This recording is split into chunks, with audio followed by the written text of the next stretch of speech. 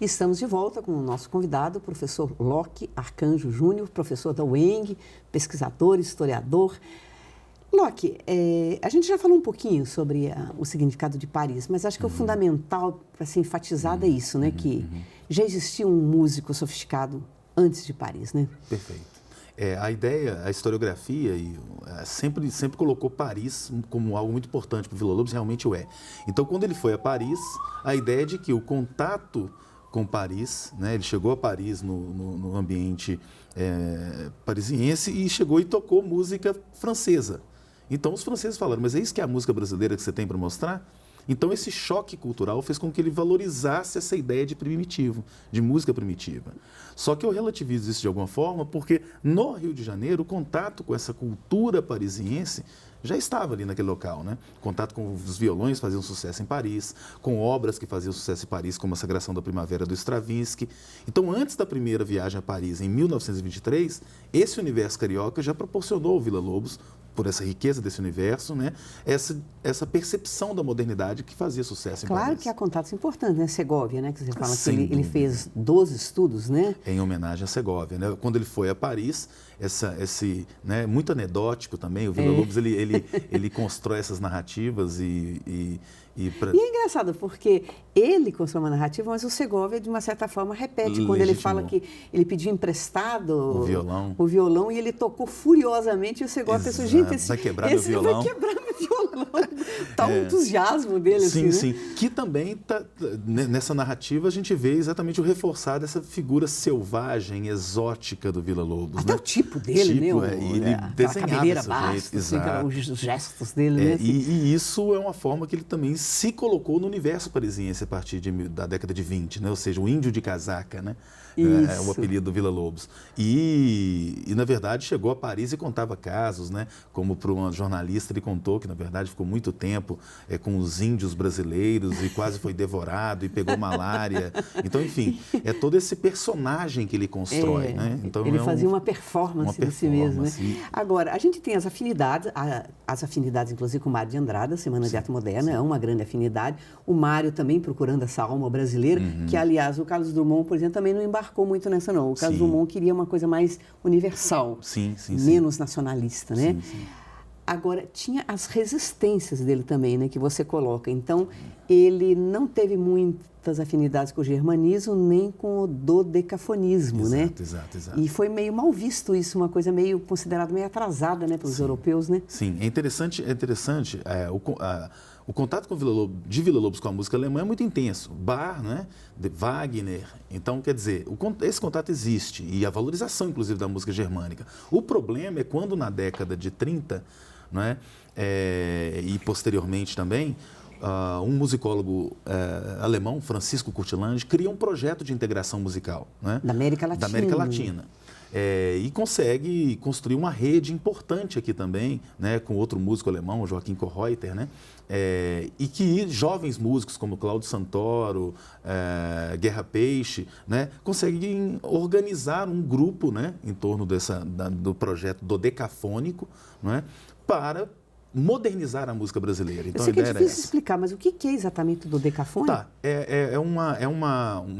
um tipo de composição, né, que na verdade é serial, ou seja, o compositor, né, rapidamente, até explicando rapidamente, ele compõe em cima de uma série de 12 sons, não é isso? E dentro dessa série você pode criar, né, e construir essa linguagem musical. E esse dodecafonismo, ele entra no Brasil por meio desses alemães, no caso o Kohreuter, que se associa a esse projeto de integração do Kurtlandt, e como Villa-Lobos estava no governo Vargas, né, como secretário de Educação Musical e Artística, procuram o Villa-Lobos. O Villa-Lobos é um sujeito importante para difundir esse projeto e, num contexto centralizador e político, publicar textos, né, que divulguem esse projeto passaria pelo Estado Vargas e necessariamente também pela anuência do Villa-Lobos, né? Então, quer dizer, e nesse caso, o que acontece? O projeto se consolida desse dodecafonismo, muitas criações musicais muito importantes, mas o Villa-Lobos resiste ao projeto e faz tudo para emperrar. Né? Eu acho que ele enrola um pouco demais, assim, a publicação de alguns boletins. Assim. Tem uma hora até que, não sei se é o Kurtlandt que fala assim, nossa, sujeito detestável esse Villa-Lobos, um dos mais detestáveis que eu já conheci na vida. Exato. E quando a gente pega a documentação que está no arquivo Curtilândia aqui na UFMG, a tendência que nós temos é dizer o Villa-Lobos é atrasado, o nacionalismo é atrasado, é um retrocesso estético, e esse projeto germânico, dodecafônico, representava a vanguarda. Mas a gente não pode esquecer que a memória que está no arquivo, nas cartas do Curtilândia, né, é um projeto de memória também. Né? Ou seja, então, outra narrativa. É outra narrativa que constrói uma visão retrógrada do nacionalismo do Villa-Lobos. Né? Então, e na verdade o que está em jogo é um projeto político, cultural, né?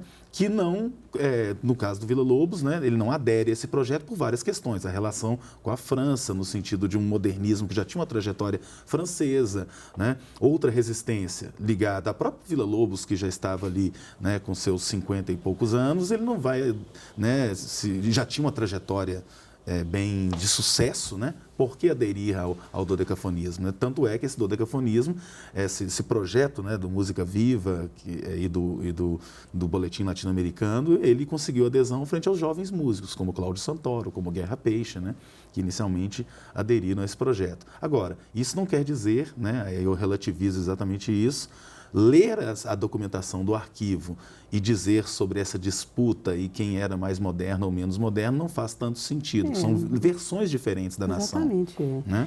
E em relação ao governo Vargas, que também é um ponto controvertido e assim parece que causa incômodo também na área das letras, né? É Capanema, se não me engano, é Carlos Drummond de Andrade também que trabalhou. Então, assim, ele usou ou foi usado pelo governo Vargas, na sua opinião? Essa é uma questão complexa, né? Porque há uma historiografia que fala da cooptação, né? Esses intelectuais cooptados pelo governo Vargas. Há outra leitura que fala da questão de como que o compositor, os artistas usaram o Estado para isso. Então, na verdade, eu tento não colocar nenhuma dessa forma. Por quê? Eu acho que, acima de tudo, nós estamos discutindo aqui, nós estamos falando de um artista que tem uma capacidade inventiva, uma criatividade, né, impressionante. Então, ele é fruto desse contexto, né? E quando Villa-Lobos assume a pasta da Secretaria de Educação Musical e Artística em 1932, né? E o que fica muito da historiografia é que esse projeto de unidade da nação está muito ligado ao canto orfeônico, né? Um grupo enorme de crianças cantando em homenagem à pátria, o famoso... Aprendendo música, né, pelo canto orfeônico. Sim, uma ideia de construir uma nação grandiosa, 40 mil crianças cantando no estádio, na famosa cena do estádio do Vasco da Gama e tal. Então, esse projeto fica claro ali no canto orfeônico, só que eu procurei pensar como que a linguagem musical das baquianas brasileiras expressa esse projeto de nação varguista, vamos dizer assim, mas varguista no sentido de construção de uma unidade. Então, as baquianas representam, né, nosso primeiro papo, a consolidação, o diálogo entre o modernismo paulista e carioca. Nas baquianas brasileiras, a gente percebe tanto o projeto paulista do Mário de Andrade, da busca pelo interior do país, o bandeirante, né, que pesquisa o interior do país. Isso está expresso na linguagem musical das baquianas, no ponteio, né, nessas tradições musicais do interior, mas, ao mesmo tempo, as baquianas, como a número 5 e a número 6, demonstram também o trato com o choro, né? A baquiana 5, que ele fez o arranjo para violão, né? A baquiana 6, que você percebe essa ambiência do Rio de Janeiro. Então, o que eu tentei pensar na década de 30? Fugir das interpretações que falam desses serviços prestados pelo Villa-Lobos do ponto de vista administrativo e ir para a linguagem musical. Porque foi essa possibilidade, inclusive, de emprego, de sobrevivência financeira, sim. que possibilitou, naturalmente, o trabalho do artista. Sim, o artista não vive nas nuvens, né? Sim. Mas eu acho que a questão de pensar essa relação do Estado varguista passa pela melhor compreensão da linguagem musical. Ou seja, você tem uma tradição que remete imaginariamente ao modernismo paulista e você tem uma tradição musical que remete ao modernismo carioca. Nesse sentido, o projeto varguista é exatamente essa unidade da nação. Como que as baquianas expressam isso tão bem do ponto de vista da linguagem musical? Essa que foi a minha proposta. Ou seja, não falar do intelectual no sentido dos cargos administrativos. Mas ele teve também uma importância, se não me engano, na difusão de pequenos exercícios educativos para a criança também, sim. não teve isso? Dentro desse projeto do canto orfeônico, ele tem vários livros didáticos, né, de canto, né? São vários volumes que ele escreveu a partir da década de 30 para ensino de canto orfeônico nas escolas, né? Ele é um dos grandes responsáveis por essa implantação na década de 30. E isso... É bonito esse projeto dele, né? De levar uma música para as crianças, essa expressão da alma musical brasileira e passar isso para as crianças aprenderem também a se sofisticarem esteticamente. A grande crítica é o tipo de governo, né, a partir de 37, né, com o Estado Novo, que nós não podemos abrir mão de pensar a questão também que é uma coisa complicada. Da ditadura, né, Vargas e tal. Isso é importante. Bom, vamos fazer um outro intervalo e aí nós já antecipamos um pouco, nós vamos voltar para falar um pouco mais das baquianas brasileiras,